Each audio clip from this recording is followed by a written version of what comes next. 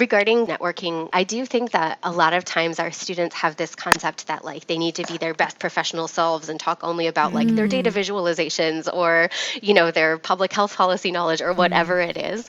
But I've told them that in fact, a lot of the times that we best connect with people, it's over the kind of less expected topics or the random things that make up our day. And so encouraging them to be genuine, I feel like sometimes it seems trite because they're like, how can I not be myself? Because I am myself. But it's like, if you see an awesome bird out the window, like, don't be afraid to be like, look how cool that is, And so like anything that seems like it's a total distraction or random thing, that can be what connects us to each other. Because it's just the human experience, right? We're all kind of going through the day being like, oh, my coffee was so good. Or like these other little things that make up the fabric of our daily lives. Well, I feel so seen. I was just going to say, we're all getting into birding, I think, like in our middle age, right? So like everyone becomes a birder. So. Hi, listeners. We hope that gave you a little taste of our topic today. And now you know that we're birders. Yep. I'm not ashamed. Me neither. So that was just a little preview of the excellent conversation we had with our guest, Angela, on the topic of teaching networking to English language learners. This episode is full of super practical ideas for you to take into your classroom. So we hope you'll stick with us. From activities to practicing small talk to reducing anxiety around networking and exploring cultural norms, we're sure you can find something to try out right away. On your mark, get set, network!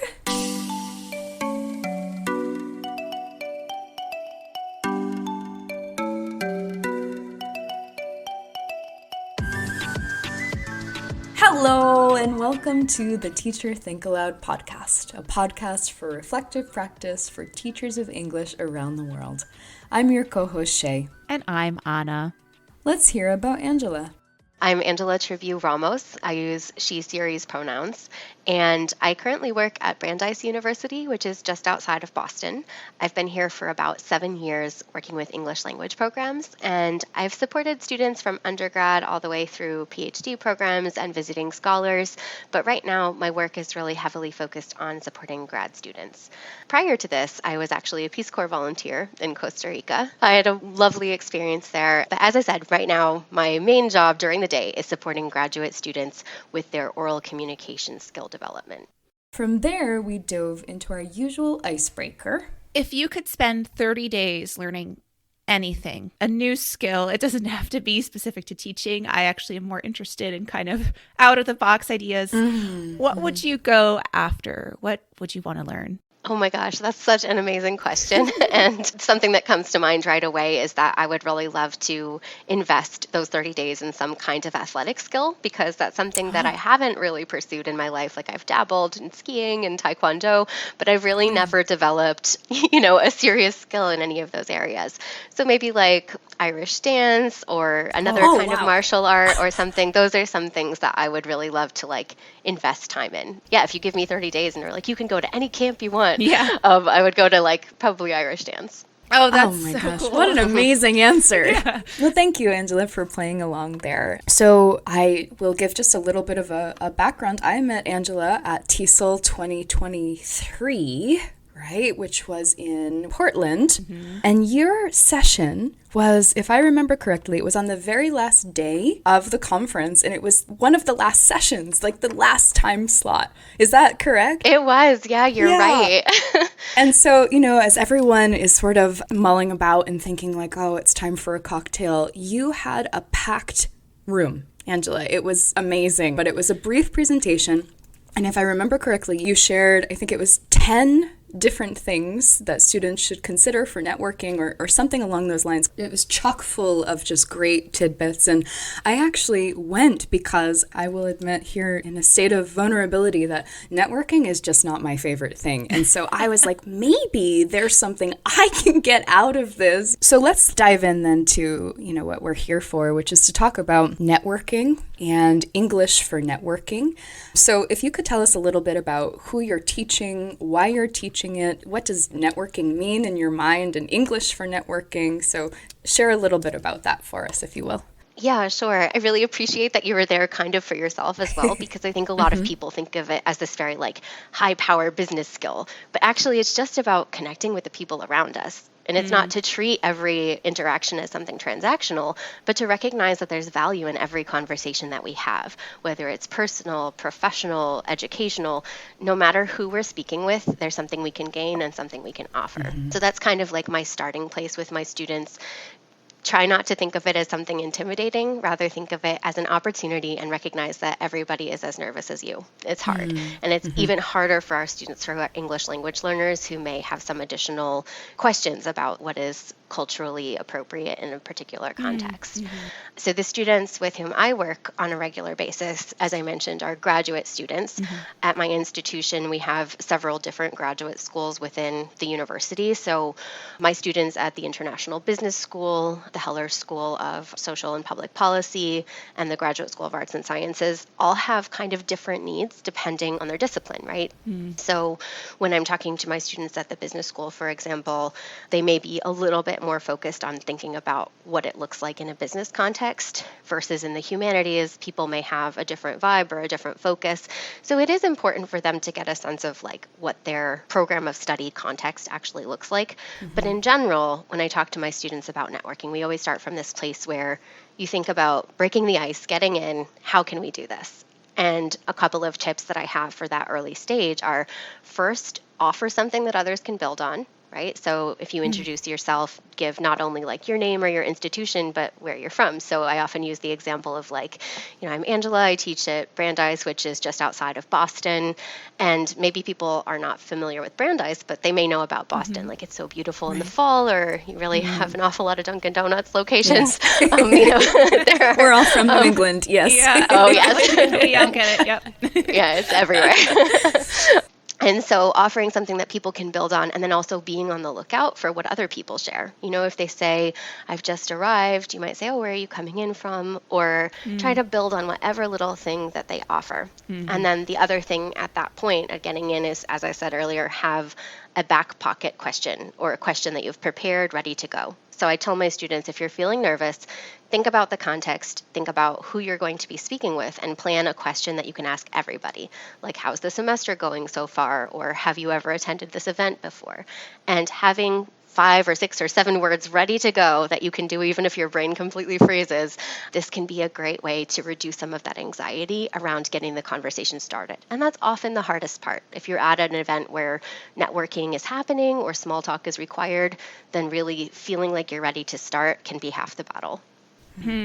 Yeah. I love that you're thinking of it as not every interaction is transactional. To me, at least, because personally, that's been kind of a game changer in terms of how I think about networking, because I am an introvert, but, Shay will say, well, Anna's the best networker, but she is. I'm not. It's impressive. It's because I've sort of been able to like trick myself and think, oh, this is just a person, right? Which it is just a person. But so you're touching upon some of the challenges that English learners come up against when they're entering some kind of networking situation.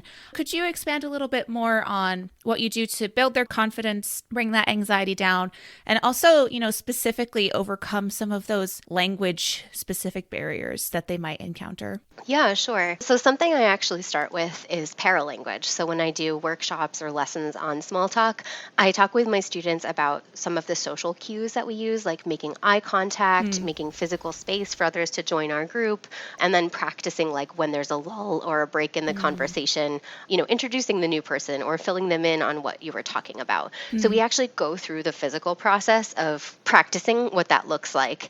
And so that can be one way just to help students become more alert to some of the physical and social cues around including others in conversation. And I also talk to them about switching from guest to host behavior. So a lot of times we go in with this sort of insecurity about, are we going to be able to say the right thing or connect with the people around us? But if you think instead it's my job to try to make others feel welcome and comfortable, sometimes that mindset shift can help people to feel more comfortable and feel responsible for making the people around them feel like they're part of the conversation. This often resonates with my international students because in some cases they're accustomed to feeling like they're on the outside and they want to bring their other peers in and kind of reduce that feeling for others. I work with a lot of really kind, motivated, wonderful students. And so when I say to them, like, your job is to take care of the people around you to some extent, they're like, oh, yes, I'm on this. This is something that I have found has really helped my students to like engage in this behavior without any shame or without any insecurity, because they feel like making space and making others feel comfortable is suddenly their job. And students have shared with me that like thinking about it in that way has really helped them to think about the process differently. Another thing that I think helps is just constant practice. At the beginning of every class, I'm doing like conversation lines and having just 3 quick question starters, something like, what's brought you joy lately? What are you looking forward to? Do you have anything fun coming up? I practice like these little questions that I would ask real people in my life to give them authentic language chunks. And it doesn't really take up a lot of extra class time, but it provides an opportunity not only for them to ask and answer these daily questions, but also to engage with different people who they might not ordinarily speak to. I love kind of icebreaker questions like that too. So I like having a bunch of those in my back pocket. So I definitely connect to that one. Yeah. Well, thinking about teaching professional etiquette and norms in these English-speaking networking environments, right? You mentioned having students consider paralanguage and how that's different in different cultures. So can you share some experiences or activities that help with students practicing these networking skills in an English-speaking environment and maybe play up the cultural considerations here as well? Sure. So some of the cross-cultural considerations that I try to make my students aware of as we're practicing small talk, since you mentioned paralanguage, I do start first with some norms around eye contact, around physical distance, because in some cultures that our students come from, they, stand more closely together, or we just try to make them aware of the need for personal space, but also alerting them to like, here's how someone can indicate that they're involved in a personal conversation versus one that's open to be joined.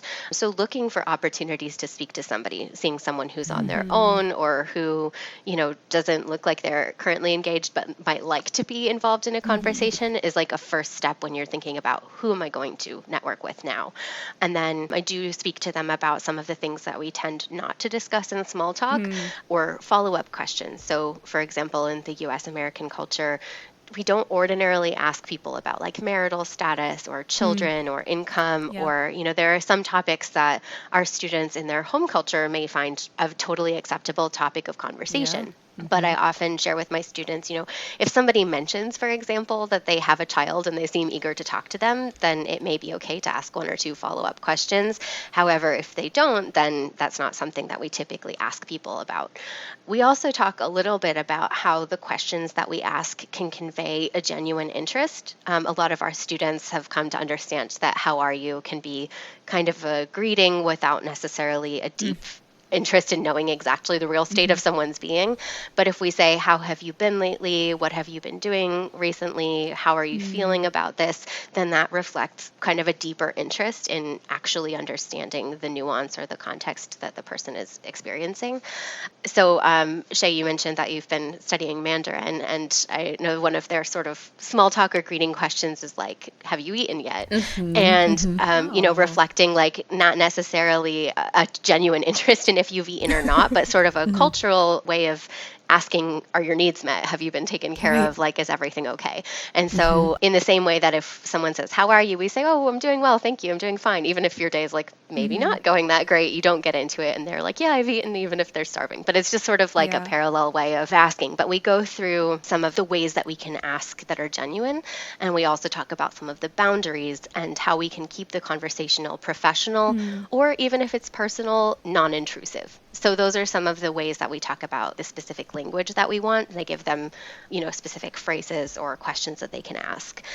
And then finally, around courtesy, the power differential, again, that students experience may be kind of different. I'm thinking of Hofstede's dimensions of culture and how in different cultures there may be a really wide gap or perceived wide gap.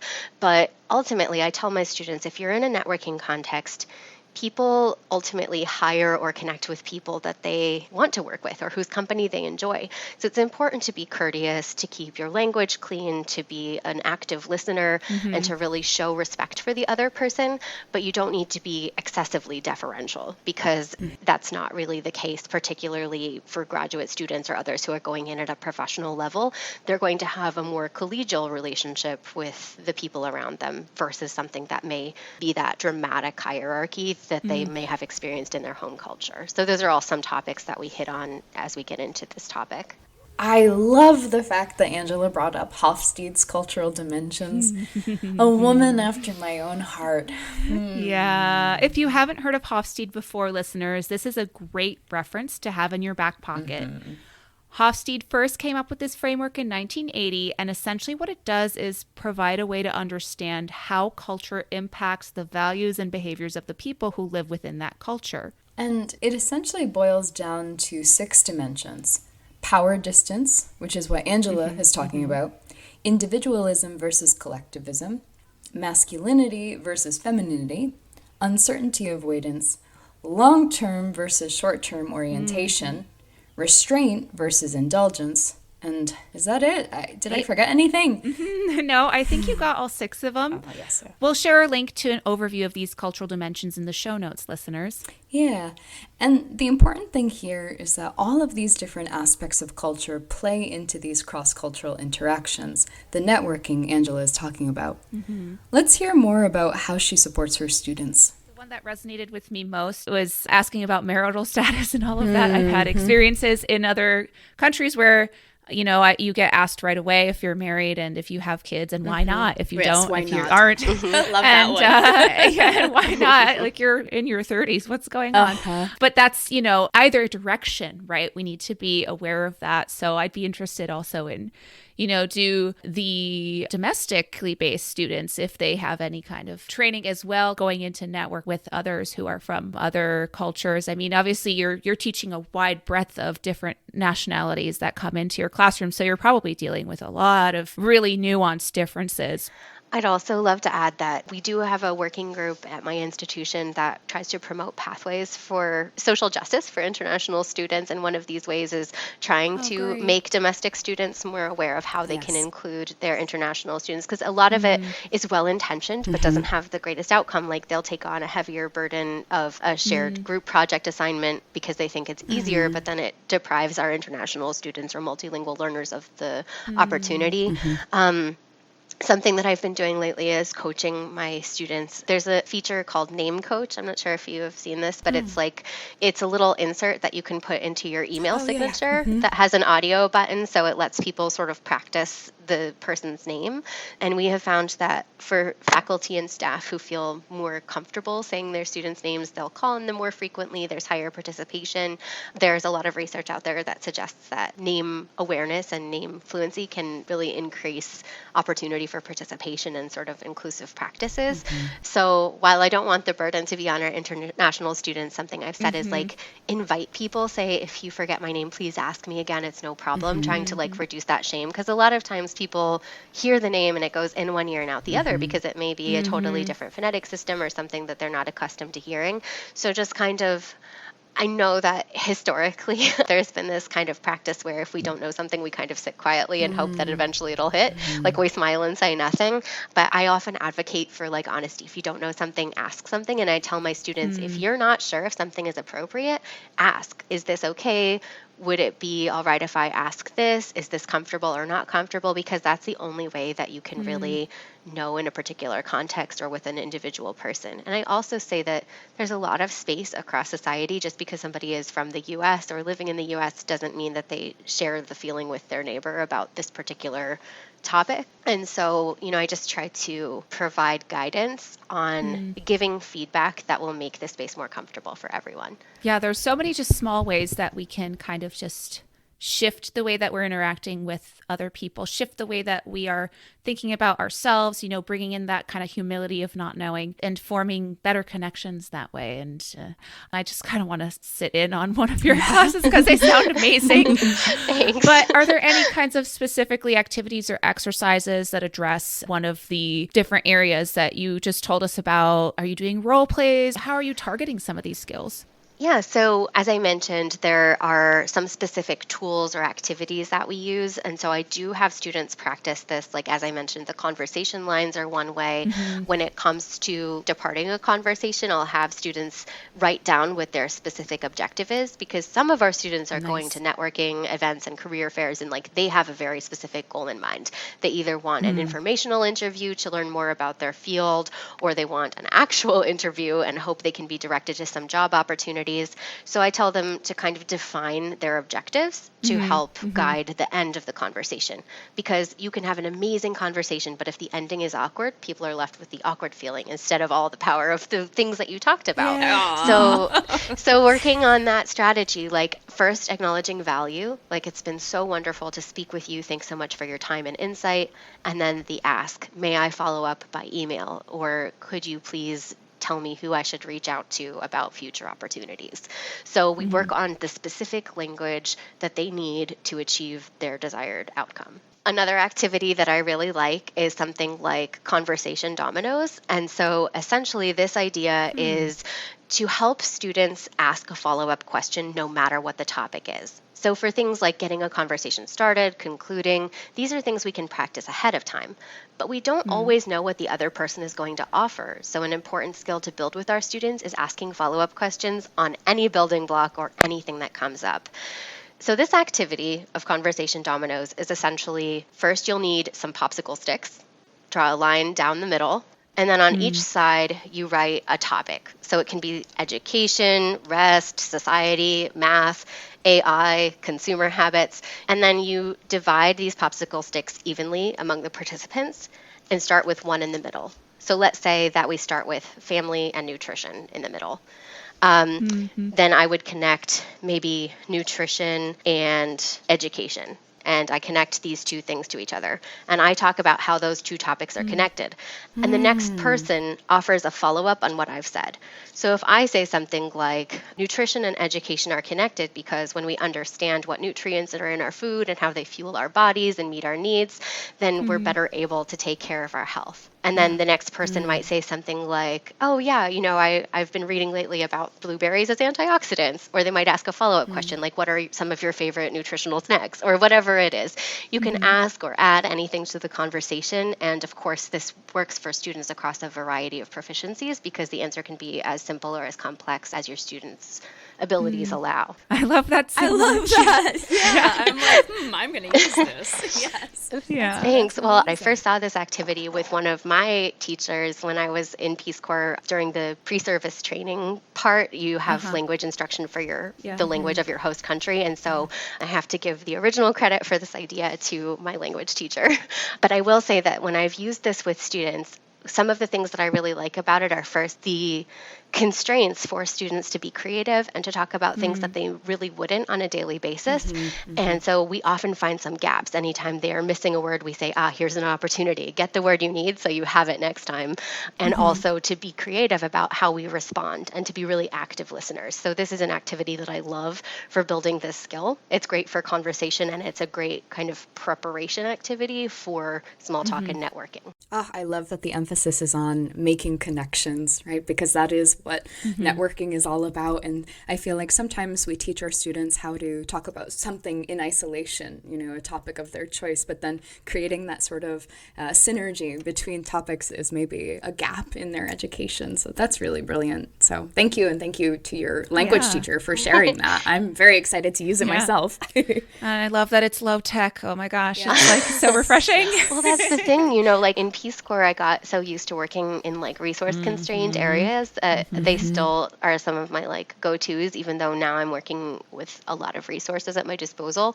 But I think that, sometimes, especially for like tactile or kinesthetic learners, having things like this that are low tech, that get us away from our devices and they let us kind of focus on the connection between people as opposed to like having some kind of digital intermediary. Which is the whole point of the networking thing, Yeah. So I love that. Thanks. Well, I'm happy to pass it along, and I'm Yeah. sure that Gretel would be happy to know 15 years later that it's it's in use. Well, thanks so much, Angela. I want to open the door for you to share any more resources that you can recommend for teachers who are working with students on networking. You mentioned Name Coach, which is really cool. And I know that's sort of not directly related to networking, but it is supporting that connection that we were talking about. Are there any other resources that you think teachers can benefit from when teaching networking to their students? Sure. So I have a resource on informational interviews. If people just Google Brandeis International Business School informational interviews, they'll see a list of different kind of best practices for when you're going into a networking context with the intent to gather information about a field. So things like, what have been some of the highlights of this work for you? How would you describe this? And a lot of times, once it gets that deep into talking about the job, people don't think of it as small talk anymore. But I would say it's still really networking and forming connections and kind of gathering information about what can be helpful. ChatGPT can be a great resource for students to know what kinds of questions they should be asking about their field. So things like, as a master's candidate in strategic analytics, what questions should I be asking for a data analyst job? And so they may know what the questions are, but struggle to form the actual structure or form the question. So that can be a great way to kind of inspire whatever questions they may have. A lot of my students are already strong critical and analytical thinkers at the graduate level, but I say that the Global Digital Citizen Foundation's critical thinking cheat sheet is a great resource for who, what, when, where, why questions, like who might this negatively impact, whose voices are missing from this conversation. And so, again, small talk and networking, it is more about forming a connection, but that doesn't mean that we can't glean some really meaningful information from those conversations. So if we think about the questions that we want to be asking, the things that we want to know, the gaps that we want to address, I think those are a couple of good resources that educators and students alike can look to think about how to ask really good and meaningful questions that are going to really yield some kind of outcome. Yeah, it takes a little bit of practice to get to how do I go from forming that connection to stepping my way into a professional relationship with someone. So, yeah. It does. And I tell my students too, it's not always just about getting the answer. It's also demonstrating the ability to ask the question. Because again, while we don't want to think about every conversation as something to get something from someone else, we do want to put our best selves forward, and our best selves are proactive citizens of the world, right? So we're thinking about, how we can deepen the conversation. And I think that that's a really important transition to be able to make, because if we always keep it at the surface, then we may not really get the most out of that engagement. But if we can move from small talk into something more substantive, then that's where I think a lot of the richness is. And that's what our students are ultimately looking for, right? The small talk and networking is the way in that leads us to these bigger conversations. Wow, there are just so many practical takeaways from this conversation, Anna. I just can't get over that conversation dominoes activity to practice connecting topics in conversations. We've shared some images from this activity as well as the other resources Angela mentioned in the show notes, so check it out. That activity is such a gem. I also appreciated her emphasis on each of the different phases of networking, starting with conversation starters and also providing plenty of strategies for appropriate conversation closings. Yeah, and of course, bringing to students' attention some of the cultural nuances and both spoken and unspoken cues to be aware of in these kinds of networking situations. We hope you'll be able to use and adapt all of these ideas in your own context. As usual, we want to hear from you. What strategies have you used to teach students networking or general conversation skills in English? Which ideas resonated most with you on this episode?